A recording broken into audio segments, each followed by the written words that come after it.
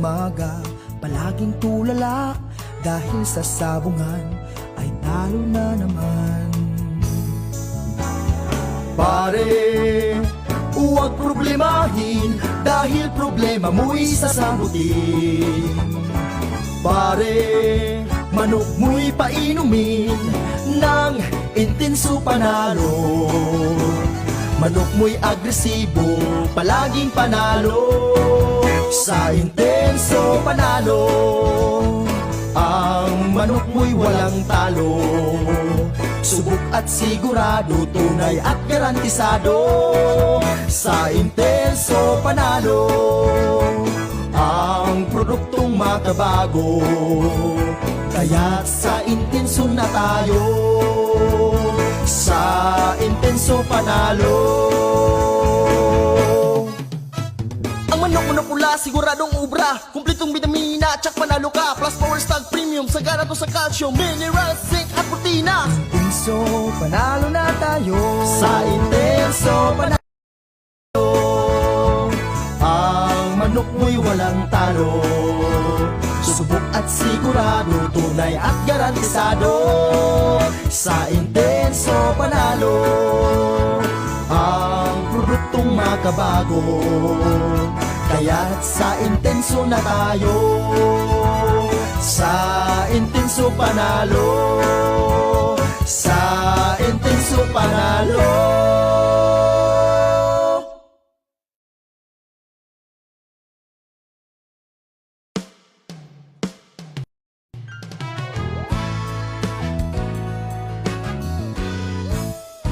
Sinisipon, nilalagnat na naman ang nalaga ko, ang manok kong kasama, gabi't umaga.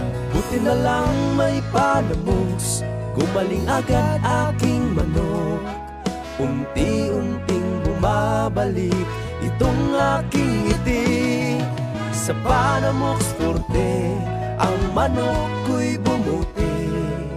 Sa Forte at Kaplet, kantabay ko lagi. Tumatamlay, humihina ang aking alaga. Paano na kaya? Anong magagawa? Buti na lang may Panamox, gumaling agad aking manok. Unti-unting bumabalik itong aking ngiti. Sa Panamox Forte, ang manok ko'y bumuti. Sa Forte at Kaplet, kantabay ko lagi. Buti na lang may Panamox, gumaling agad aking manok. Unti-unting bumabalik itong aking ngiti. Sa Panamox Forte, ang manok ko'y bumuti. Sa Forte at Kaplet, abay ko lagi. Labas nga impormasyon sa agrikultura, mga simpleng tips para sa mga mag-uuma. Yaman sa kaumahan, kikita ka na. Aasenso ka pa mang Agrisenso. Kauban si Inday Bajang o Clara Tita. Kini nga program kaninyo sa King's Vita Plus Animal Feed Supplement, Panamox Antibiotic Caplet o Panamox Forte o sa Intenso Premium, Intenso Power Stag o Hello! Magandang araw po sa ating lahat, Luzon, Visayas, and Mindanao. Welcome na naman sa ating bagong episode for today sa programang Agrisenso. Sa agrikultura, aasenso ka, kasama pa rin ang inyong Clara Tita. For now, ay madedelay muna sa pagpasok ng ating Inday Bajang. Hinihintay pa natin kung saan siya napunta. Pero ay mauuna po ako sa inyo. Mauna po ako sa kanya. Anyway, kumusta po ang inyong araw na ito? May sweldo na po ba? Pumasok na ba ang sweldo ngayong araw na ito? Oo, sa mga napasok na ang sweldo, congratulations! Sana ay magamit niyo yan sa tama at makapag-ipon din kayo, o 'di ba? Oo. Yeah, shoutout po sa lahat ng mga nanonood sa ating Facebook Live ngayong araw na ito, sa ating Facebook page sa Agrisenso, sa Agrikultura Asenso ka. Ganon din po sa ating Ka-Farming Angat Ka Facebook page, diba? And tayo din po ay nakahook up sa ating mga Kings radio stations sa Visayas and Mindanao. Diyan po sa may Himalalot, Negros Oriental. Diyan po ang ating Kings Radio Station. At dito po sa may San Francisco City, Agusan del Sur, ang ating Kings Radio din dyan. At dyan po sa may Davao del Norte at Davao de Oro. Sa Mawab Davao de Oro, ating Kings Radio Station din. Naabot at abot din dito sa Davao City na mapapakinggan din naman sa ating mga taga Davao City ang ating Kings Radio, o diba?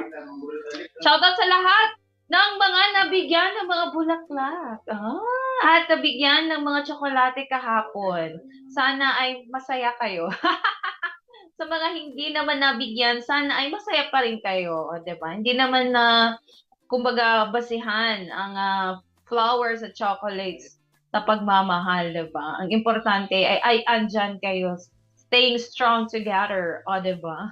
Yan ang kumbaga, ano ba tawag dyan? Yan yung reason. Yan yung mga pang ano ng ating mga minamahal sa buhay, yung mga pang-rason nila, 'di ba? Na hindi sila nabibigay ng mga flowers and chocolates. Kasi nga sa kanila is practical na, 'di ba? Huwag nang gagastos. Magbili na lang ng pagkain para pagsaluhan. Huwag na 'yun sa chocolates at sa mga cake, sa mga flowers at sa cakes. Yung totoong pagkain na lang talaga na may ulam at rice. So, ayan. Anyway, di pa ba dumating si Inday Badyang? Kuya, wala pa. Andyan na siya. Sige, papasukin na lang natin si Inday Badyang at para maka-intro din naman siya, diba? Saan na kaya yung babaeng iyon? Oo. Tingnan nyo, di ba? Yan po ang mahirap sa part na ito. Kasi, i-adjust pa yan ni Kuya Billy.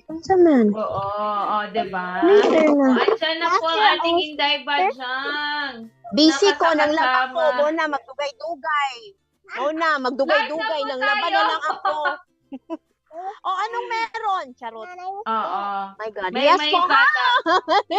Live na tayo, Day. Mag-say hello ka na sa mga fans mo dyan. Okay, bye. Good afternoon, Charot. But anyway, good afternoon. Sorry I was late. You know, sabi kasi ng isa dyan, malilate ng 15 minutes. So that 15 minutes is nagsampay ng mga nilaban and all.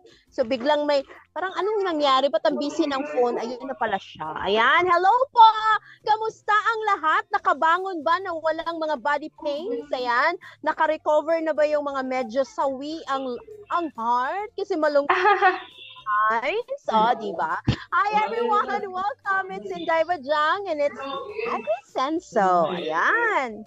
Correct. O, diba? So, samahan niyo po kami ngayon, ha, ni Inday Badyang sa loob ng isang oras na puno sa chikahan. Lalo-lalo na sa ating mga Agri-Unique Chika at Agri-Balita.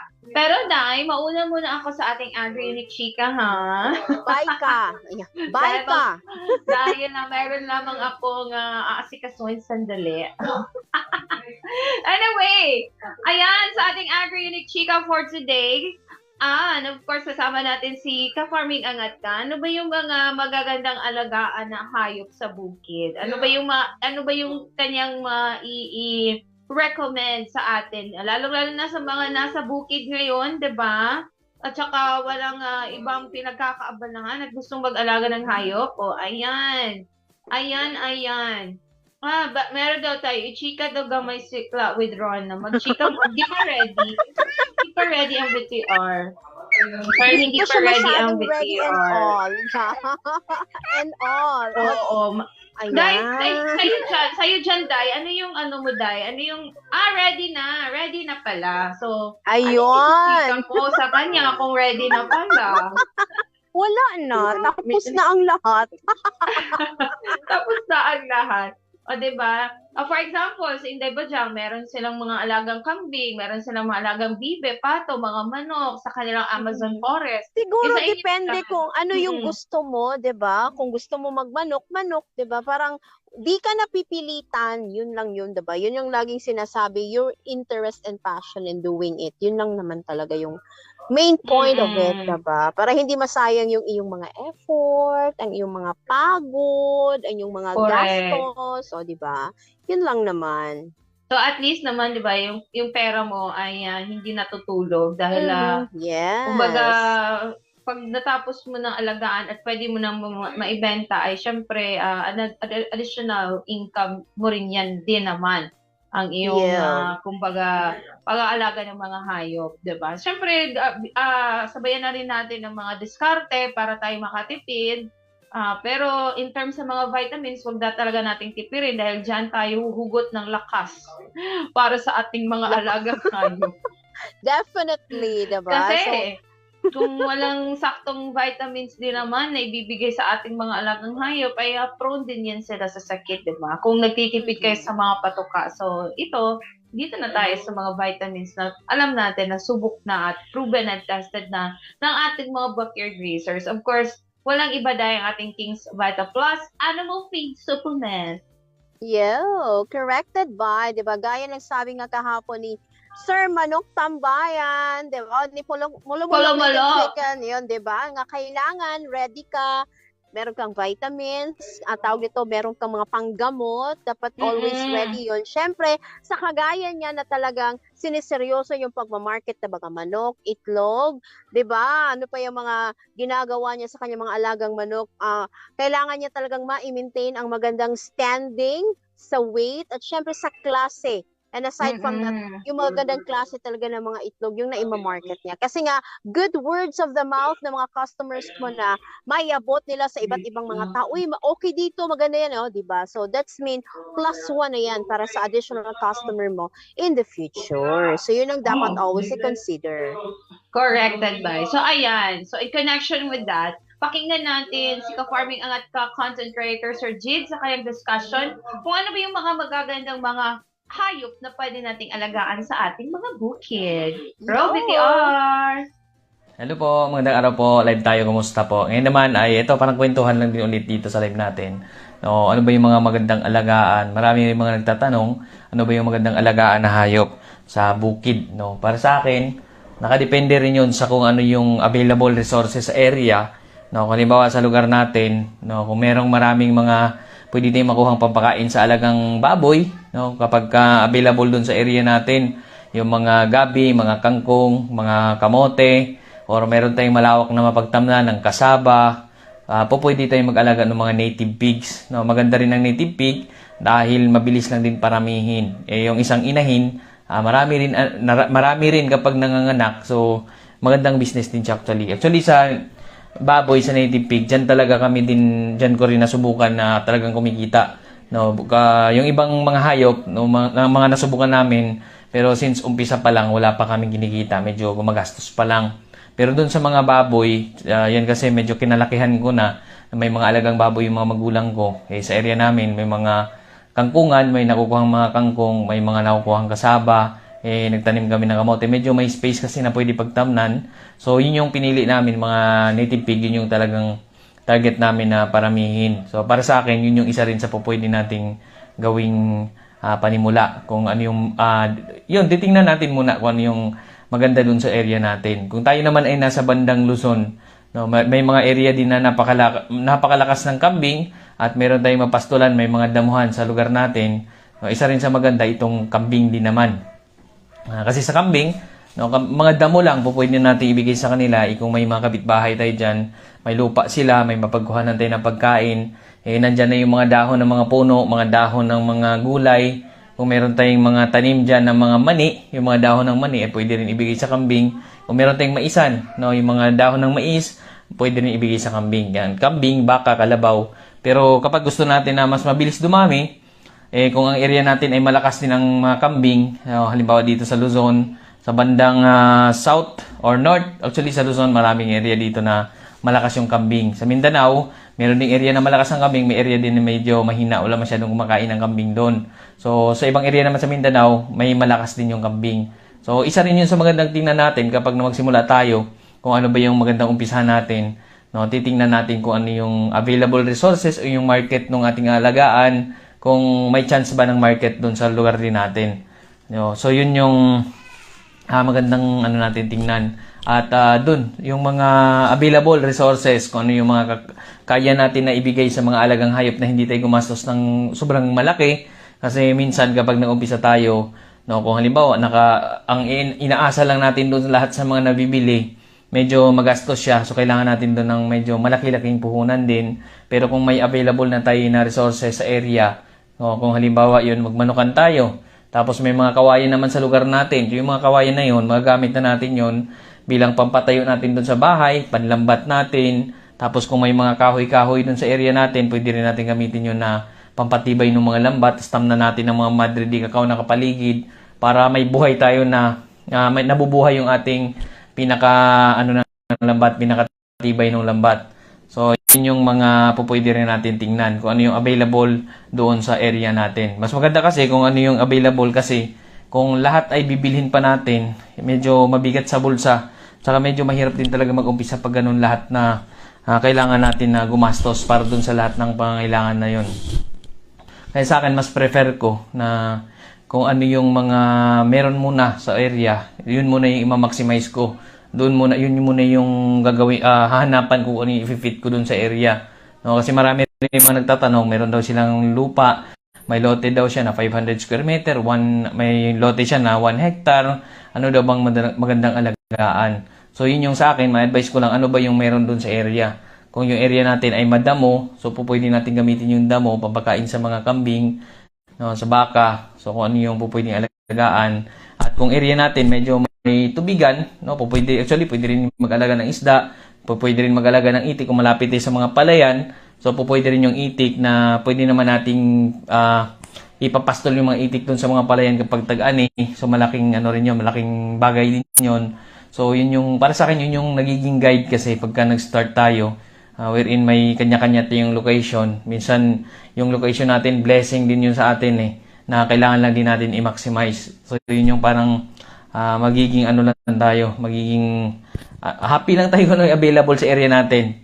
So, yun lang yung maglalagay tayo kung anong mafi-fit natin na ilagay na hayop doon sa area para hindi na tayo mamroblema. No, hindi yung tipong kapag may nakita tayo na okay yung baboy, wala naman tayong kakayahan ng papakain ng baboy doon sa area. Tapos, yun ang ilalagyan natin. Kailangan din natin nun ng malaking puhunan kasi bibilhin natin lahat. Pero sa akin, mas prefer ko talaga native pigs o mga upgraded pigs din na pwede rin panimula sa mga bukid. Depende, tulad na nabanggit natin, depende sa resources. Kung medyo, medyo may area na pwede natin tamnan ng kamote, ng gabi, madre de agua, may area na tatamnan ng kangkong or mapagkuhanan tayo ng kangkong kung may mga sapa. So maganda rin kasi yung mga kangkong, mabilis din silang dumami sa mga sapa, mabilis din silang lumaki, mabilis tumubo. So rin siya, maganda rin siya na resources para dun sa papakain sa mga native pigs. No, o kaya kapag malapit tayo sa palengke, maraming mga yung mga reject, yung mga pinagbalatan ng gulay, mga balat ng gulay, no, yung mga lumang gulay. So, pwede rin kolektahin yun. Pandagdag na rin yun papakain sa mga alagang baboy. No, napaka-healthy pa ng mga baboy. Kinakain ay mga gulay, mga prutas. Diba? So, tingin ko yun ay okay din. Kapag medyo meron tayong source ng mga pagkain. So, yun talaga yung number 1 kung tinitingnan din. Yung pagkain talaga kasi alam naman natin na pag bumili din ng alagang hayop, may mga halagang 100 pesos kung mga manok man, mga sisiw. Pero ang halaga ng feeds, nandun yung pinakamalaking gastos kapag nagbibigay tayo ng mga pagkain nila. Kaya maganda, sa umpisa, yun ang pinaka number 1 natin, titingnan natin kung ano yung resources na pwede na natin maibigay sa alagang hayop. At saka kung yung market ba, ay fit din ba doon sa area. Kung halimbawa yung mga kambing, kung yung area mo ay wala naman masyadong bumibili ng kambing, wala naman kumakain ng kambing doon sa location mo, so mas maigi na na iba na lang. Tingnan mo muna kung ano yung anong market ang pupwede doon sa area natin. Actually, Dito naman sa kambing, actually hindi naman talaga ganun ka-komplikado sa pagkain ng kambing kasi sa bawat area naman, no, meron pa rin naman kahit papaano ay kumakain ng kambing dyan. Kaya lang, pag sobrang dami na yung ano mo, pag sobrang dami na yung iyong produkto, medyo mahirap lang ang market kapag naparami mo na agad. Mas maganda kung dahan-dahan na rin para dahan-dahan ka nakikilala yung mga market mo, yung mga tao na mahilig naman kumain ng kambing. No, tulad sa lugar namin, sa Zamboanga del Norte, medyo bihira lang din ang kumakain ng kambing. Madalas ang gusto ng mga tao doon ay yung mga manok, yung mga baboy sa mga Christian area, no, doon sa area namin. So, yun yung madalas na panghanda kapag may piyesta, may mga kasal, may mga binyag, mga native pigs madalas hinahanap nila, pang lechon. So, kaya yun yung talagang naibebenta. Mas malakas ang market sa area namin. Kaya yung baboy, yun yung pinaka-target namin din na paramihin. Kaya lang, may panahon lang na medyo mababa ang presyo. May panahon din na medyo mataas ang presyo. Iba-iba rin, hindi natin masasabi yung presyo niya kung mag-steady. Kaya sa amin, mas prefer talaga namin na yun ang pipakain namin. Yung mga tanim-tanim namin sa paligid, yun yung pinaka-main na pagkain namin. Yung mga nababanggit natin lagi dito, yung kasaba, kamote, yun yung mga madre de agua. So, yun yung natin tinatanim. At doon naman sa mga alagang mga pabo sa ngayon, no, actually, ino-observe ko pa lang din yung market namin sa pabo. Since ngayon ay nagsisimula pa lang din kami, nag-uumpisa pa lang, pero nai-enjoy din naman namin yung pag-aalaga ng pabo. Lalo na napakabilis nilang dumami. So, ang ano naman namin doon, no, ini-enjoy lang muna namin ngayon yung market, hindi ko pa masyadong tinitingnan. Pero ramdam ko naman na talagang may market siya. Kasi ang dami ng mga nag-inquire, dami nagtatanong. Kaya ngayon wala pa tayong ika-provide din na mga pabo since kaunti pa lang. At umpisa pa lang, no, nagpaparami pa lang tayo. Hindi naman kasi ito yung parang ano lang, no, parang backyard lang na kapag nanganak ay ibibenta agad. Sa amin kasi, target natin, pag nangitlog at nagkasisiw, so papalakihin natin yung sisiw, yung mga babaeng sisiw, gagawing inahin pa yan. So, yun pa. Yung mga lalaki lang yung mali-dispatch niyan kasi magpapalit kami nung mga lalaki, yung mga nagiging anak na.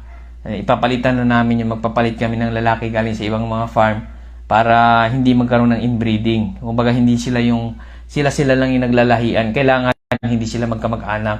No, yung lalaki galing sa ibang farm. Yun yung ginagawa namin. Yun din yung target namin. Actually, hindi lang sa pabo, maging sa mga kambing, sa baboy. So, mahalaga din yun, maging sa mga manok na hindi inbreed, hindi sila magkamag-anak para maiwasan natin yung mga abnormalities na kung minsan medyo mahina, mabagal lumaki yung mga alaga natin. Tapos, yung iba naman, mas nagiging sakitin, mahina yung kanilang immune system kasi may abnormalities na dun sa kanilang paglaki. Kasi, ano na sila, magkamag-anak na lang sila na lang yung naglalahian. So, yun yung iniiwasan din namin sa ngayon. Na noon, actually, hindi namin yan pinapansin dati. Kung ano yung mga alaga naming hayop sa silong, may mga manok namin, yung mga naglalakad dyan, mga sisiw. Pag lumaki yan, yun lang kung sino matitira doon, na sobra-sobra doon sa pang-ulam, kasi doon din kami kumukuha ng pang-ulam namin, pang-karne. So, kung ano yung natitira doon na lalaki, yun na rin yung nagiging pinaka naglalahi doon. Yun ay anak lang din, at yung iba yung mga kapatid niya na din. So, yun yung sa ngayon ay iniwasan na namin. Kasi ang tagal na namin ginawa yun, walang nangyari. No, hindi namin napaparami. Talagang nagiging sakitin pa yung mga sisiw. At dati pa, nandyan pa yung baboy. No, may mga manok kami kasi nakagala. Tapos nandun pa yung mga baboy na pag lumapit yung mga manok doon, habang kumakain yung mga baboy, nakikikain yung inahin, dala yung sisiw. Yung sisiw hinuhuli ng mga inahing baboy. So, hirap kaming paramihin. Kaya doon din pumasok yung paglalagay na namin ng net, no, para hindi na sila magkahiwalay na sila, hindi na kumbaga sasalo pa yung mga manok doon sa baboy. Pero ngayon, medyo maano sa amin ngayon maraming mga ginagawa kami ngayon na improvements din. At soon ilalabas din natin yan. Ang ginagawa din namin, no, yung mga baboy, since naka-free range na sila, may kulungan silang sarili. So yung manok naman ngayon naiwan doon sa area namin. So pinapakawalan na rin namin. Naka-free range na rin sila. May mga pangyayari din kasi sa manok na siguro kinapos ng pagkain or siguro naghanap pa ng other nutrients bukod dun sa binibigay namin, no, kinakain nila yung itlog nila. Marami ng problema doon. Kinakain nila yung mga itlog nila, so hindi talaga mapaparami. So yun yung naobserbahan namin. Ang ginawa naman namin doon na hakbang, bumili ako ng mga plastic na eggs, yung mga fake eggs kung tawagin. Yun muna yung pinampalit ko doon, tapos nag-incubate kami. Ay nangyari naman, nasira yung incubator. So yun, hindi naman na pisa. So ginawa naman, niluto na yung itlog na nilagay namin sa incubator. So may mga challenge din dito sa farming, hindi natin masasabi lahat dito na smooth yung pag-aalaga natin ng hayop. May mga challenge dito na kailangan din nating lampasan at kailangan nating gawa ng paraan. So sa ngayon, dahil dun sa nangyayaring yun, tinry naman namin yung mga manok din namin ngayon na pinakawalan namin. Yung net, binababa namin para makalabas sila dun sa ranging area since yung mga manok namin ay mga native naman.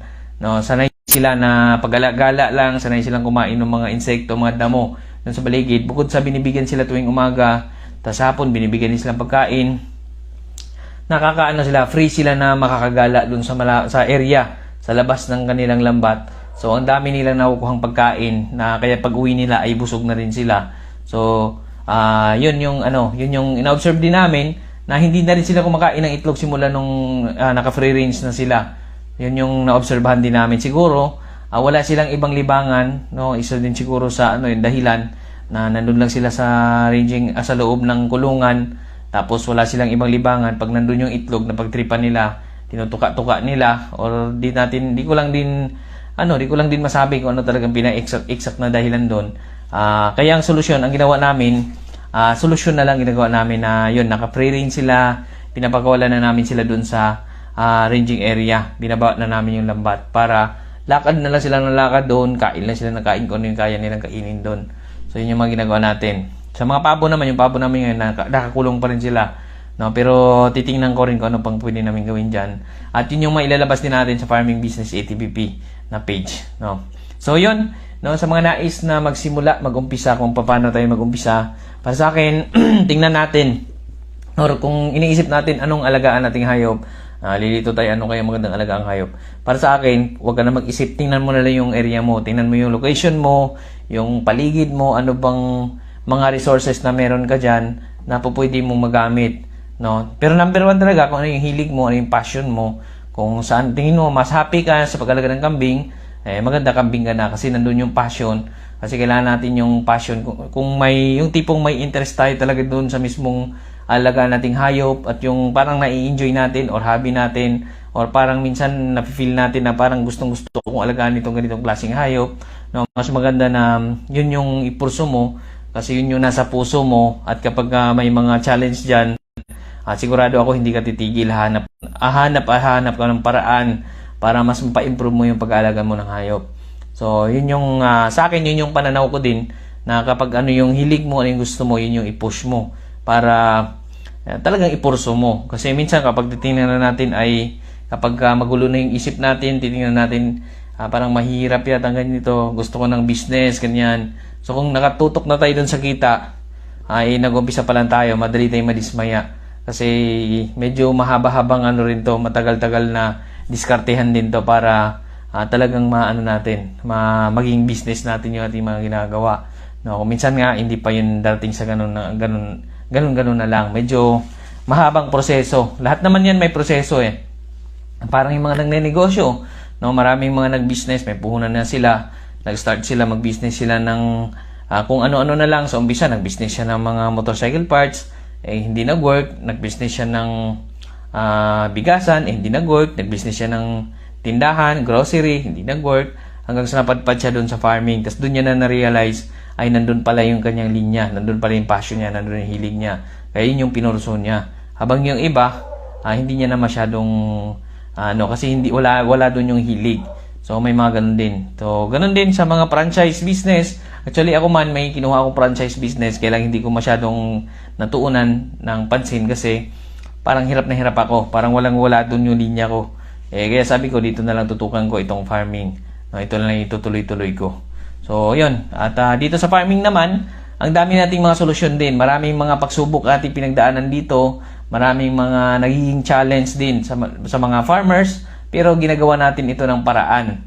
No, maging kami man, maraming mga pagsubok din na dumaan na hinahanapan namin ng solusyon. No, katulad ngayon, ang ginagawa namin pamamaraan din sa mga alaga naming hayop ay binibigyan namin ng King's Vita Plus Animal Feed Supplement para lumakas yung kanilang immune system. Dahil King's Vita Plus, meron siyang multivitamins, minerals, amino acids, electrolytes, essential elements, calcium, D3 enzymes, probiotics. Meron pa siyang zinc, iron, manganese, copper, iodine, selenium, cobalt, lysine, DL, methionine, betaine, probiotics.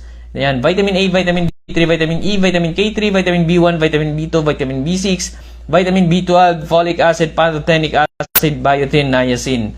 Napakarami niyang sangkap kaya nagpapaganda siya lalo doon sa mga alaga nating hayop, lalong nagpapalusog para kahit papaano mabigyan natin siya, mapunan natin yung mga nutrients na kailangan ng kanyang katawan para mas less siya sa pagkakasakit at mas mapaparami natin yung mga alaga nating hayop dahil doon sa King's Vita Plus Animal Feed Supplement. Ang King's Vita Plus, ito ay rehistrado mismo sa Bureau of Animal Industry sa numerong VDA-PM 18099. Kahit nakakatiyak tayo yung mga sangkap na ginagamit dito ay pasok mismo sa standards ng Bureau of Animal Industry. Yan, King's Vita Plus Animal Feed Supplement registered sa numerong VDA-PM 18099. So yan, hinahalo lang siya doon sa pagkain or doon sa inumin ng ating mga alagang hayop. No, King's Vita Plus Animal Feed Supplement, nabibili siya sa mga agri-vet stores, mga poultry supply, mga bilihan ng feeds. No, pwede natin subukan ito din sa mga alaga nating hayop. King's Vita Plus Animal Feed Supplement. So, yan. Napakaraming sangkap. Ayan, napakaraming sangkap. Tapos dito sa likod, mababasa rin natin yung mga instructions kung paano gamitin. Within itong isang pakete na ito, marami-rami na rin tayong mapaghaluan ito. Kung feeds ang haluan natin, isang sakong feeds kayo na mahihalo, itong isang paketeng ito. At sa tubig naman, pwede rin siyang ihalo. Maraming tubig na rin mainom ng mga alaga nating hayop. So, ayan. So, King's Vita Plus Animal Feed Supplement, subukan natin sa mga alagang hayop. So, yun. No, so, yun. Inulit natin sa mga nais mag-start. Umpisa natin doon sa kung ano yung titingnan natin kung ano yung available resources sa area natin. Yun yung pipiliin natin na panimula. Para kahit paano nag-umpisa tayo doon sa kaya lang natin, hindi tayo nabibigitan. No, at mas madali sa atin, hindi tayo gagastos ng sobrang malaki. Kasi may mga available resources na tayo na pwedeng magamit doon para sa mga alaga nating hayop. So, ayun po. Yun lamang po muna sa ngayon. Maraming salamat po. Thank you po. Happy farming po. Ayun, anong meron? Nagmamadali ang lahat. Ay, tama. Yan, sa mga ngayon pa lang nakapanood ng ating programa, there you have it. From Sir G, from Farming Business at iba pa. Ano mga hayop na dapat alagaan according to what you like. Pinakauna talaga is na kung gusto nyo mag-farming o mag-alaga ng mga hayop, unang i-consider is yung location. Of course, kung nasa subdivision po tayo, parang hindi po yata bagay na meron tayo mga baboy at kambing doon, diba? So parang baka may mga neighbors tayong petisyonan tayo papunta ng barangay. So dapat consider your location as always. And also, pinaka-importante, your passion. Hindi fashion na narampa ha. Yung passion, yung bugso ng damdamin. Kung talagang gusto nyo ba talagang mag-alaga ng mga hayop, kung gusto nyo pong mag-agri-farming or magtanim ng mga gulay o ano-ano pa man dyan to your area. Siyempre, mas mabuti yung ginagawa mong isang bagay na bukal sa kalooban and you are happy doing it. Yun talagang pinaka-importante. Siyempre, we do that, it's because we want to earn, di ba? Sabi na malaki ang pera sa agriculture. Yes, there is a market for that and there is really money for it. But, siyempre, hindi lang naman talaga ganun lang yung dapat isipin and more on money, kita ko ng ganito and nothing like that. Siyempre, you consider as well yung mga bagay-bagay na pwede mong ma-encounter soon or in the future when you venture to that kind of business. It's agri is a business. Malaki yung chance mo to really earn if you just have that willingness and the tawag nito, being open-minded and doing so the things that you want to do. Ayan. So, thank you, Sir Jean, and more of that tips. Ayan. Follow nyo lamang po kanyang mga Facebook pages or manood kayo dito sa amin kada hapon. Di ba kasama natin si Sir Jean sharing his experiences sa kanyang pagtatanim at mga pag-aalaga ng mga kambing. Ang dami-dami niyang alaga, kambing, manok, baboy, maski ano na yung inaalagaan ni Sir, and he is really enjoying what he is doing. O, di ba? Ayan. So, dito naman po tayo sa ating Agri Balita ngayong hapon, friends, kung saan inaprubahan ngayon ni PBBM o ni Presidente Marcos sa paggamit ng makabagong sistema sa produksyon ng hybrid rice. Ayun. So, anyway, just I think that was yesterday na inaprubahan po ni Pangulong Ferdinand R. Marcos Jr. ang paggamit ng makabagong pamamaraan para sa produksyon ng mga hybrid rice na naglalayong mapataas ang crop production sa Pilipinas. Ang desisyon ay ginawa ng punong ehekutibo matapos ang pakikipagpulong sa ilang pribadong kumpanya at mga magsasaka sa Central Luzon kung saan natalakay ang ilang hamon sa rice industry. Inirekomenda ng Pangulo ang paggamit ng pamamaraan para sa hybrid rice production na napag-alamang ginagawa na sa Central Luzon. Sinasabing sa nakalipas na 2 taon ay nakapagbibigay ang hybrid system ng mas mataas na porsyento ng ani na umabot sa 41% kung ikukumpara sa conventional na mga seeds. Naiulat din na nakapag-ani ang hybrid farmers ng 7 hanggang 15 metric tons kada ektarya gamit ang hybrid seeds, higit na mas mataas sa 3.6 metric tons na naipoproduce ng inbred na seeds. So just imagine, 15 ang kanilang nakuha compared to the usual system the farmers are doing na 3.6 metric tons. So halos times 4 of it, diba? Sinabi naman ng kinatawan ng SL Agritech Corporation sa katauhan ng Chairman at Chief Executive Officer na si Henry Lim Bonleong na kung maipatutupad ang hybrid technology sa buong bansa, mas makapagbibigay niya ito ng mas magandang income sa mga magsasaka at maaabot ang tina-target na rice sufficiency. Yeah, di ba?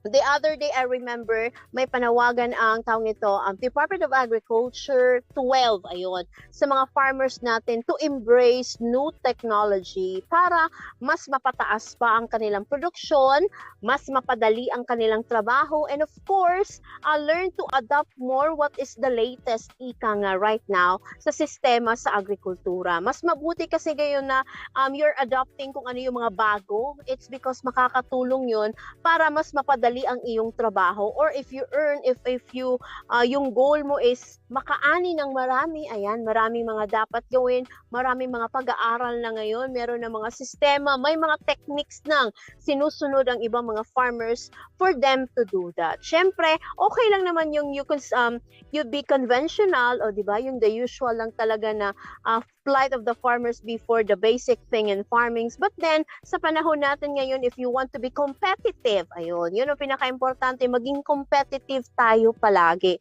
So, kung ano yung ano yung latest, and sa mga nakita natin, uy, parang okay to, mas kikita tayo. So, please do give it a try, diba? Kaya nga, yung government natin in partnership with DA and other concerned agencies are doing some trainings. Meron tayong mga introductions of those kinds ng mga new learnings, mga techniques, mga sistema gaya nitong paggamit ng mga hybrid kind of seeds para mas matulungan yung mga farmers natin to earn more. Let's admit it, meron pa talaga na nag-i-import pa tayo ng bigas from other countries. It's because medyo kulang pa yung supply natin dito sa bansa. Yun yung sinasabi nila, why is it ganon na meron naman tayong malapad na mga sakahan sa Pilipinas? Yung nga lang, hindi siya talaga nakakasupply ng maigi. It's because of all those uncertainties happening around, such as yung mga bagyo, ayan, napaka-apektado yung mga farmers natin for that, binabaha ang kanilang sinasakang mga palayan, and a lot of things. So maraming mga kino-consider. That is why merong mga imported items, imported rice, imported asukal, imported sibuyas na pula, and etc., di ba?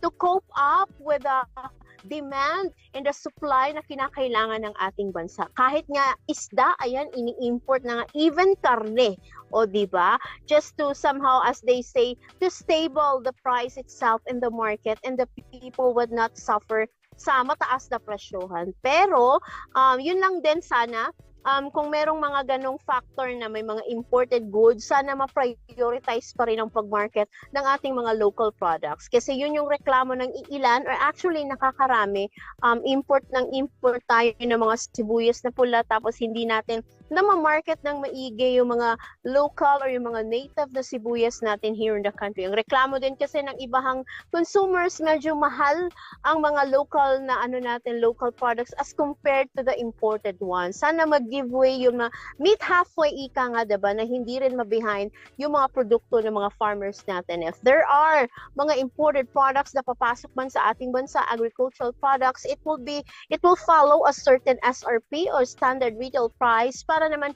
hindi makig-compete ang presyo niya dun sa mga produkto talaga natin. Siyempre, kikita pa rin yung farmers natin. At the same time, yung mga in-import na mga produkto ng bansa is na ibebenta rin naman, diba, ng patas as well, and everybody is happy, kikita sila for that one, diba? So yun lang naman talaga, right now, yung mga hybrid rice, isa yun sa mga sagot sa kakulangan ng supply natin sa bigas, and also yung mga farmers in-encourage na yun ang itanim, ayun, syempre para mas dumoble or mag-triple pa ang kanilang produksyon. So yun lang talaga ang pinaka-importante, ano man yung mga bagay na nakakaganda para sa iyong pagtatanim, pagiging isang farmer, pagiging isang breeder and all. So subukan mo, walang masama naman kung subukan mo, diba? If you find it na medyo failed or hindi ka happy for that one, why not? So okay na yun, at least try mo, diba? Nakita mo, ganito pala yung sa pangit siya. So ibahin naman natin, mag-isip na naman tayo ng mga strategies. So different strategies every now and then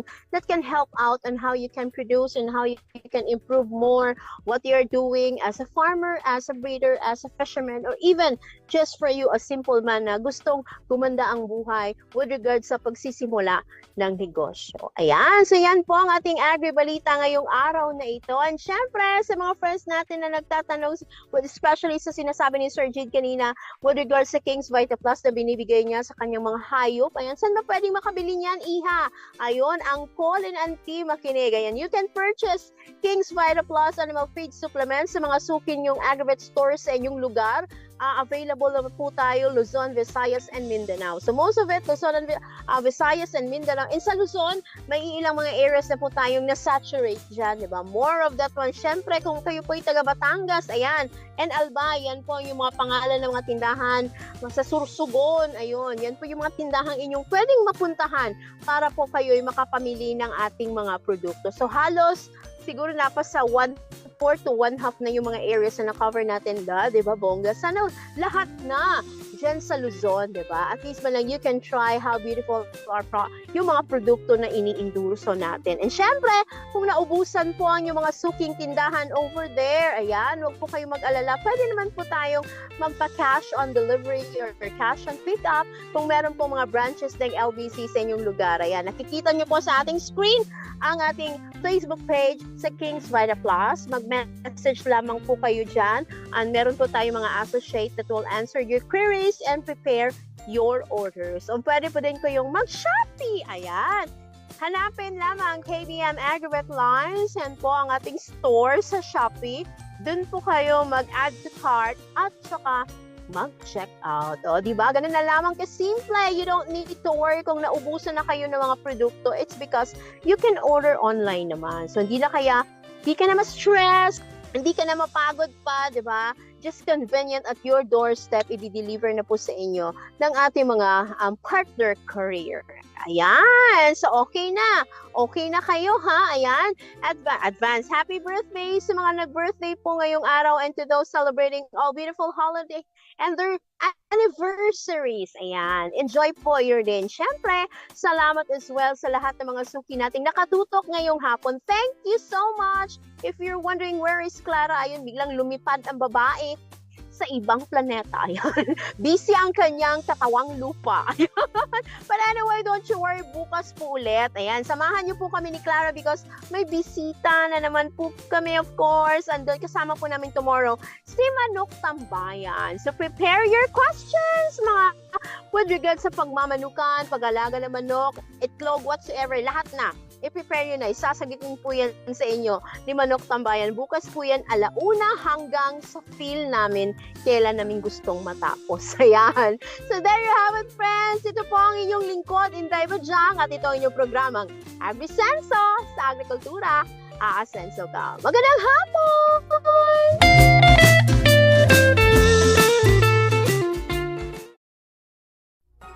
Focus nga agrikultura, simpleng tips para sa mga mag-uuma. Yaman sa kaumahan, kikita ka na, aasenso ka pa. Sa programang Agrisenso, kauban si Inday Bajang o Clara Tita. Kini nga programa hatod kaninyo sa King's Vita Plus Animal Feed Supplement, Panamox Antibiotic Caplet ug Panamox Forte ug sa Intenso Premium, Intenso Power Stag ug Intenso Plus.